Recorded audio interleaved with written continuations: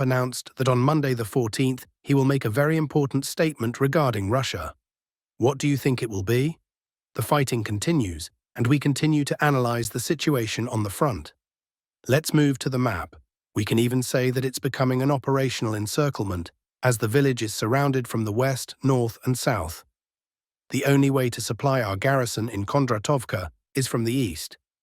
But as you can see, the distance between Ukrainian positions to the south and west is less than 2 kilometers, and of course, this entire area is under fire. Over the past 2 days, the situation hasn't gotten better, but it hasn't worsened either. Russian troops are holding on. The Ukrainian armed forces are entrenched in the northern part of Kondratovka and are now trying to push toward the center in waves, but so far all their attacks have been repelled. They haven't managed to advance even a millimeter. If you look at another map, specifically the Ukrainian one, you can see that aviation is actively striking the road where the Ukrainian forces are trying to bring in reinforcements. Overall, the situation remains consistently difficult. That's my conclusion. And as I said earlier, and I'll say it again, it may become necessary to withdraw from Kondratovka. Personally, if that happens, I won't be surprised, because it would be a logical move to preserve the lives of Russian soldiers. They can't remain indefinitely in this semi-encirclement. However, it's still possible that a counterattack could push the Ukrainians back, allowing us to retain control over the village. We'll keep watching. As for Sumy region, fierce battles continue in Yunukovka. So far, it has not been possible to fully push the Ukrainian forces out of the southern part of the village. The same goes for Vorozhba. It's proving difficult to drive them out completely or secure this pocket. However, by advancing and capturing the village of Besalovka, Russian forces have finally improved the situation for the garrison in Tyotkino. Previously, this village was used by the Ukrainian forces as a staging point to stockpile resources and manpower. But now it's under Russian control, so if the Ukrainians plan to launch an attack from this side, it can only come from Iskrikivshina, and even then they immediately come under Russian fire because we now fully control the area from the north. So for the Russian troops there, things have finally become a bit easier. They were also in a kind of operational encirclement like that for 2 months, but now the pressure has eased somewhat. At the same time, it's probably obvious by now that the offensive in the Sumy region has stalled. It's a repeat of the situation from the spring of 2024, with roughly the same results. Back then, we made good progress in the north of Kharkiv region for a few weeks, captured a few hundred square kilometers, and that was it. The Ukrainians brought in reinforcements and we got bogged down. That same pattern is unfolding here, at least for now. In other words, in the second half of May and the first half of June, we were advancing actively. But then Ukrainian forces regrouped and the front line became more or less static. However, in other areas, we've seen good progress. Let's move on to Kharkiv region. Progress there is rare, but recently it's been happening more frequently. In the past 24 hours, we managed to advance in the Borova direction. This is another dead front line where the contact line may not change for months. But this time, we caught the Ukrainian forces mid-rotation and made a push of over 2 kilometers. Specifically, 2.2 kilometers. This allowed us to move toward Borivska-Andriivka. But we shouldn't get too excited because, as I mentioned, this front is mostly stagnant.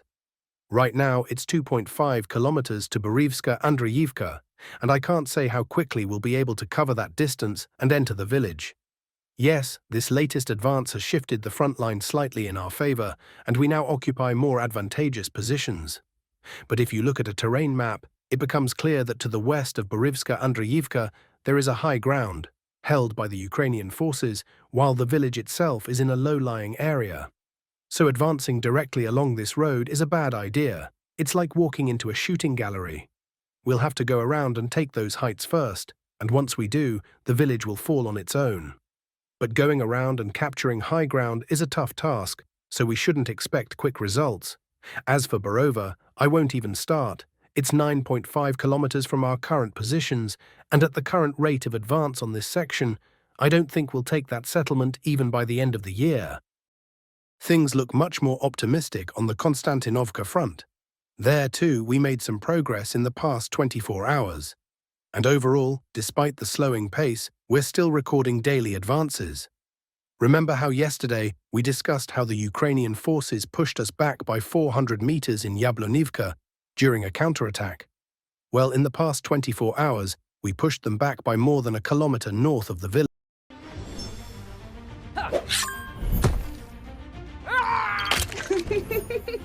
village. We advanced along the T-0504 highway by 1.2 kilometers toward the city of Konstantinovka itself. And you know, this is the right approach, not getting bogged down in the assault on Yablonivka, but also advancing in parallel. Yablonivka is a fairly large village and a heavily fortified area, where even a 100 to 200 meter gain is hard won. So now we're also moving forward along the highway in parallel. Look at how the front line is shaped now. Can the Ukrainian forces hold their positions long in a semi-encirclement? Of course not. So in a day or two, they'll either be wiped out or retreat themselves. Either way, this area will turn red on the map. And overall, from our current positions, there are just 9 kilometers left to Konstantinovka. That's, by the way, the same distance as to Borova, which we just discussed. But while I doubt we'll reach Borova by year's end, I'm more than confident that we'll get to Konstantinovka, and well before the end of the year. In short, the front is moving here, and the battles for the city are getting closer and closer each day. And we continue. There's nothing new from the Pokrovsk direction for now, but we are regularly receiving updates from the southern part of Donetsk region. Notice how every day, our guys from the Vostok group are making progress there. Over the past 24 hours, they advanced another 1.7 kilometers north of Shevchenko, moving toward Voskresenka. Currently, about 2 kilometers remain before they reach the village. The area that has come under Russian control spans over 5 square kilometers. But what's more interesting here is the formation of yet another pocket, which is very close to turning into a full encirclement. And it's a sizable one, around 25 square kilometers. Personally, I'm not worried about the pace of the advance. Even if there are slowdowns or setbacks on some fronts, the Vostok group consistently compensates with their forward momentum. That's why this area will soon also turn red on the map. And just look how much territory lies ahead. How many square kilometers? In the near future, we can expect battles for Mern and Voskresenka. In fact, the fighting for Mern has already begun de facto, while the Russian army is currently approaching Voskresenka. But you can clearly see it. Our guys from the Vostok group just keep pushing forward, and that's visible day by day. Now let's move on to political news. There's a lot to cover here as well. Last night, there was another massive raid on Ukrainian rear positions. I don't recall a similar situation where, following a record-breaking strike, another massive wave of hundreds of drones hit the very next day. For the territories still under the control of the Zelensky regime, this is more bad news, writes Yuri Podolyaka. Kiev received another wave of hundreds of drones and several dozen missiles. The primary targets were air defense systems, military production facilities, including long-range drones used by Kiev against Russia, and ammunition depots. The Artem and Kuznia na Rybalskomu factories, where weapons were produced and repaired, were among those hit. Vasilkiv airfield in Kiev region was also struck. According to NASA's fire map, major fires were recorded. The sky over Kiev is filled with smoke.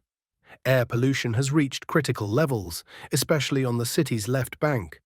In central and eastern Ukraine, regions such as Dnipropetrovsk, Zaporizhzhia, Poltava, and Kirovohrad also came under attack. Strikes targeted supply routes, transportation hubs, railway junctions, and unloading stations. Sinelnikov and Poltava were hit. Both are major distribution centers for ammunition and equipment. Western Ukraine was not spared either. Lutsk, Ternopil, and Chernivtsi were struck due to detected concentrations of rear depots, air defense workshops, and training camps. Key strikes targeted PVDs, permanent deployment sites, repair bases, and logistics tied to incoming Western arms. In Lutsk, strikes hit locations housing foreign instructors and aviation facilities, as well as an arsenal located at the former missile division base. In Mykolaiv and Kherson, storage points and airfield infrastructure were targeted. European countries do not want to hand over their Patriot systems to Ukraine, stated Marco Rubio. Patriot batteries are available across many European countries, but none are willing to part with them, according to the US Secretary of State. However, in the end, the bulk of Western military aid to Ukraine hasn't been halted and continues to arrive as scheduled. I believe the bigger issue here isn't about this temporary pause.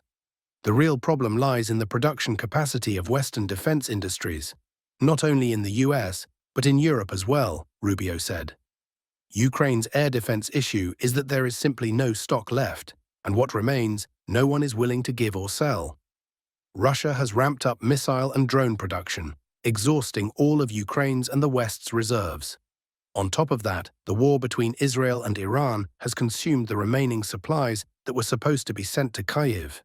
Even German Chancellor Merz's statements about Germany being ready to purchase additional Patriot systems from the US to send to Ukraine won't solve the problem. Those systems would arrive only years from now, not immediately. The conclusion: Ukrainian cities will now have to live under constant threat.